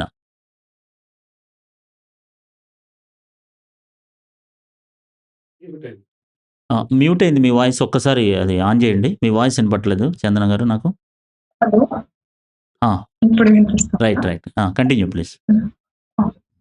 ప్రశ్నించే తత్వం అనేది చిన్నప్పటి నుంచి ఉండాలి. కాకపోతే ఏంటంటే, ప్రశ్నించే తత్వాన్ని పెంచుతూ, దాంతో పాటు హ్మ్. పిల్లల్లో క్రిటికల్ థింకింగ్ అనేది పెంచాలన్నమాట. అంటే ఒక విషయం వచ్చినప్పుడు వాళ్ళు దాన్ని అనలైజ్ చేసే కేపబిలిటీస్ ఏవైతే ఉంటాయో, వాటిని ప్యారలల్‌గా మనం పెంచినప్పుడు ఏంటంటే, వాళ్ళు ప్రతిదీ ఆలోచించగలుగుతారు. అంటే ఒక విషయాన్ని చూసినప్పుడు, దీనికి హ్మ్. అదర్ పర్సెప్షన్ ఏముంది? దీని హ్మ్. కాన్సిక్వెన్సెస్ ఎలా ఉంటాయి? దాన్ని ప్యారలల్‌గా మనం ఈక్వల్‌గా డెవలప్ చేసినప్పుడు ఏంటంటే, హ్మ్. ప్రశ్నించే తత్వంతో పాటు ప పర్యవసానాలు ఏవైతే ఉంటాయో వాటిని అంచనా వేయగలిగే సామర్థ్యం కూడా పిల్లల్లో పెరుగుతుందనమాట. అలా హుహు. 2 కాకుండా కేవలం ప్రశ్నించడం, లేదంటే కేవలం ఆలోచించడం తప్ప వాళ్ళకేదైనా ఇబ్బందొచ్చినప్పుడు ప్రశ్నించడం నేర్పకపోతే 2 సిట్యుయేషన్స్‌లో కూడా ఇబ్బందులనేవి వస్తాయి. కాబట్టి కాన్సిక్వెన్సెస్ మనం జనరల్లీ పిల్లలు ఎలా ఉంటాయనేది పిల్లలకి ఎవరు చెప్తారు? మామూలుగా పేరెంట్సే ఎక్స్‌ప్లెయిన్ చేయాలి గదా! కాన్సిక్వెన్సెస్ ఇలా ఉంటాయనేది. ఆ పిల్లలకి ఆ వయసులో తెలీదు గదా! జనరల్లీ. అవును. ఆ! ఈ పర్టిక్యులర్ కేస్‌లో ఈ బాబు ఏజ్ వాళ్ళకి తెలిసే హ్మ్. అవగాహన లేదు. కానీ వయసు పెరిగే కొద్దీ ఏంటంటే పిల్లలకి కొంత అర్థమవుతది. అంటే ఒక రియల్ లైఫ్ సినారియోలో ఒక ఇష్యూ జరిగినప్పుడు నాకు ఎలాంటి పరిస్థితులొస్తున్నాయి? ఎలాంటి సిట్యుయేషన్ నేను బయట నుంచి ఫేస్ చేస్తున్నాను అనేది మెల్లగా నేర్చుకుంటారనమాట. అది నేర్చుకునే వయసొచ్చిన తర్వాత ఆ బాధ్యతని పేరెంట్స్ తీసుకోవాల్సిన రెస్పాన్సిబిలిటీ అనేది పేరెంట్స్‌కుంది. అది హ్మ్. పేరెంట్స్ రెస్పాన్సిబిలిటీ అక్కడ తీసుకోకపోవడం వల్ల ఏమవుతుందంటే, పిల్లలు ఓకే. ఆ గ్యాప్ ఏదైతే ఉందో దాన్ని ప్రాపర్‌గా ఫిల్ చేసుకోలేకపోతారు వాళ్ళంతట వాళ్ళుగా. దానివల్ల హ్మ్. ఏమవుతుందంటే, వాళ్ళకి లభించిన లిమిటెడ్ ఇన్ఫర్మేషన్‌తో వాళ్ళు ఒక విషయాన్ని చూసినప్పుడు, వాళ్ళు రెస్పాండ్ అయ్యే విధానం ఏదైతే ఉందో, అది కూడా లిమిటెడ్ ఇన్ఫర్మేషన్ నుంచి ఉంటుందన్నమాట. హ్మ్. దానివల్ల ఏంటంటే ఇబ్బందులనేవి వస్తూ ఉంటాయి. మీరన్న పాయింట్ చాలా కాబట్టి ఇంపార్టెంట్ పాయింటే. ఏంటంటే యాక్చువల్‌గా ఇప్పుడు అతను చేసిన వ్యాఖ్యల వల్ల కొన్ని పార్టీల వాళ్ళు చప్పట్లు కొడతారు యాక్చువల్లీ. కానీ ఏ పార్టీ మీదైతే బాణం ఎక్కుపెట్టాడో ఆ పార్టీ వాళ్ళకి కొంత ఇబ్బందికరమైనటువంటి పరిస్థితి ఉంటుంది. చిన్న వయసు నుంచే వాళ్ళు శత్రువులా చూసే పరిస్థితి ఉంటుంది. సో, అవన్నీ పిల్లవాళ్ళకి తెలీదు. 6 ఏళ్ల పిల్లోడికి అవేం తెలీవు యాక్చువల్‌గా. ఏంటంటే వాళ్ళేదో సమస్యను బట్టి మాట్లాడేస్తారు యాక్చువల్‌గా. కానీ కాన్సిక్వెన్సెస్ అనేది క్లియర్‌గా తల్లిదండ్రులు కొంచెం బ్రాడ్ మెంటాలిటీతో ఆలోచించి పిల్లలు పెంచే విషయంలో చెప్పడం అయితే అవసరం గదా! హ్మ్. అందుకే ప్యారలల్‌గా క్రిటికల్ థింకింగ్ పెంచుతూ మనం వాళ్ళని హ్మ్. ప్రశ్నించే తత్వాన్ని ఎంకరేజ్ హ్మ్. చేసినట్లయితే, వాళ్ళకి ఓకే. ఎంతవరకు నేను ప్రశ్నించాలి, ప్రశ్నించినప్పుడు కాన్సిక్వెన్సెస్ ఎలా ఉండే అవకాశం ఉంది, నేను హ్మ్. ఎంతవరకు తీసుకోగలను, ఎక్కడ రైట్ ప్లేస్, ఎక్కడ కాదు, ఒకవేళ నేను రాంగ్ ప్లేస్‌లో మాట్లాడితే నాకు ఎలాంటి ఇబ్బందులొస్తాయి, ఇవన్నీ వాళ్ళు ఆలోచించుకోగలుగుతారు. అలా ఓకే. కాకుండా మనం ఏదైనా ఒక ఎక్స్‌ట్రీమ్ సైడ్ వెళ్ళినప్పుడు ఏంటంటే, పిల్లలు హ్మ్. ఇబ్బందులు ఫేస్ చేసే అవకాశం అనేది ఎక్కువ ఉంటుందన్నమాట. దానివల్ల ఏంటంటే, సైకలాజికల్‌గా వాళ్ళకి ఆహ్, ఇబ్బందనేది వస్తుంది. ఎయిదర్ పాజిటివ్‌గా ఒకళ్ళు తీసుకున్నప్పటికీ, ఓకే. దాన్ని కంప్లీట్‌గా సైడ్ అయిపోతారు. లేదంటే కంప్లీట్‌గా నెగెటివ్‌గా ఎవరైనా తీసుకొని టార్గెట్ చేసినప్పుడు ఇన్ఫీరియారిటీ పెరుగుతుందన్నమాట. అలా ఓకే. కాకుండా ఉండాలి అంటే మనం ఒక మిడిల్ వే చూసుకొని, అలా మనం హ్మ్. ఎంకరేజ్ చేసినట్లయితే బెటర్‌గా ఉండే ఓకే. అవకాశం ఉంది. రైట్. ఫైనల్లీ రిషి గారు మీరు చెప్పండి. నేను ఏమంటున్నానంటే, పిల్లలు మంచిగా రక్షించబడాలి అంటే డిఫెన్స్ ఉండాలి. వాళ్ళకి ఎటువంటి ప్రమాదాలు జరగకూడదని చెప్పేసి మనం ఇంట్లో కూర్చోబెట్టి, వాళ్ళ వాయిస్‌ని అంటే నేనొస్తాను, నేనక్కడ మాట్లాడతాను, నేను ఆ ధర్నాలో ఉంటాను అని యాక్టివ్‌గా పిల్లోడు అంటున్నా గూడా, ఇంట్లో ఉంచేయటం మరి అదెట్లా చూడాలి? అంటే అతని వాయిస్‌ని మనం నొక్కేస్తున్నట్లు ఉంటుంది గదా! యాక్చువల్లీ ఇక్కడ.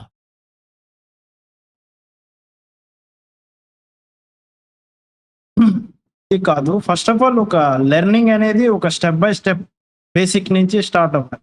ఇప్పుడు ఏ ఓకే. వ్యక్తి అయినా రాజకీయంలోకి వెళ్ళాలి అంటే ఫస్ట్ ఆఫ్ ఆల్ అతనికి కంప్లీట్‌గా భారతదేశం గురించి, భారతదేశంలో ఉండే రాజ్యాంగం గురించి, ఒక రాజకీయాల గురించి అవి ఎలా చేస్తాయి? వాటి పర్పస్ ఏంటి? ఇప్పుడుండే రాజకీయాలేంటి?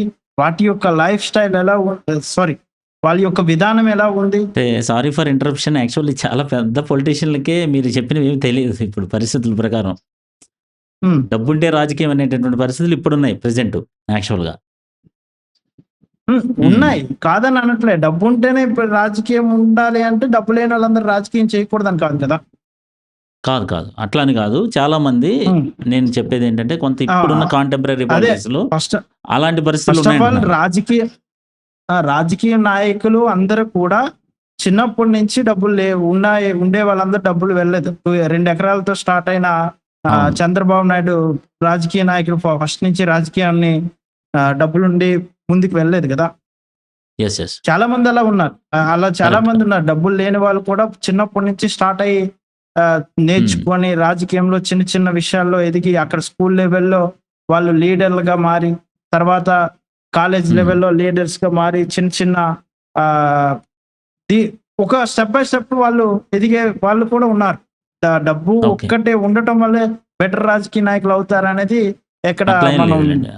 హ్మ్. హ్మ్. అట్లా ఏం లేదు. So, okay. ఆ విధంగా చూడాలి. అండ్ ఫస్ట్ ఆఫ్ ఆల్ అందరూ రాజకీయ నాయకులే అవ్వాలి అంటే మిగతా పనులన్నీ ఎవరు చేస్తారు?